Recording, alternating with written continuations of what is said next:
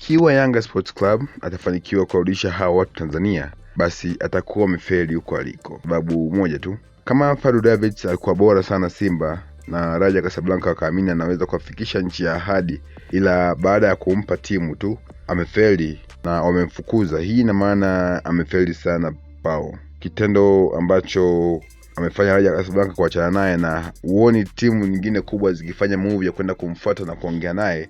Hii ni dhahiri kwamba hata alipokuwa Simba Sports Club alibahatisha pia. Hivyo Raja hawaoni kama ni mtu ambaye alistahili kuwafikisha nchi ya ahadi, lakini pia alipokuwa Simba Sports Club alifeli. Kwa upande wa Aziz Ki, kama atafanikiwa kurudi Tanzania, hii itatufanya tuamini kwamba huko alikokuwa wala hakuwa chaguo la kwanza la mwalimu. Akachomuondoa ni kukosa nafasi. Kama angekuwa anahitaji kama angekuwa anahitajika, basi mkataba alionao na timu yake walikuwa na uwezo wa kuzuia asiondoke, ila kwa sababu hawamhitaji ndio maana wako tayari kumuuza kwa timu itakayokuwa inamhitaji, na dau ni kubwa. Yani unajua kumngoa Aziz Ki pale Libya si chini ya bilioni 1, na Yanga wameonyesha tayari nia ya kumhitaji Aziz Ki. Hebu tusubiri tuone kama atajiunga na timu ya Yanga Sports Club akirudi. Ila akirudi dhahiri shahiri, kwa mawazo yangu, naona Yanga Sports Club watakuwa wamefeli pakubwa sana,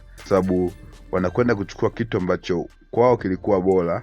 Yani kilivyokuwa kwao Tanzania vilikuwa bora sana, lakini vilivyoenda kule ni vitu ambavyo vimefeli. Ni sawa pia ambavyo wachezaji huwa wanafeli sometimes, lakini maybe wakirudisha tena itakuwa ni move nzuri, kwa sababu tujui kwamba huenda viwango vyao vikarejea au la. Niambie una maoni gani juu ya hii taarifa. Lakini hii ni Sports by Swazi. Usisahau kusubscribe.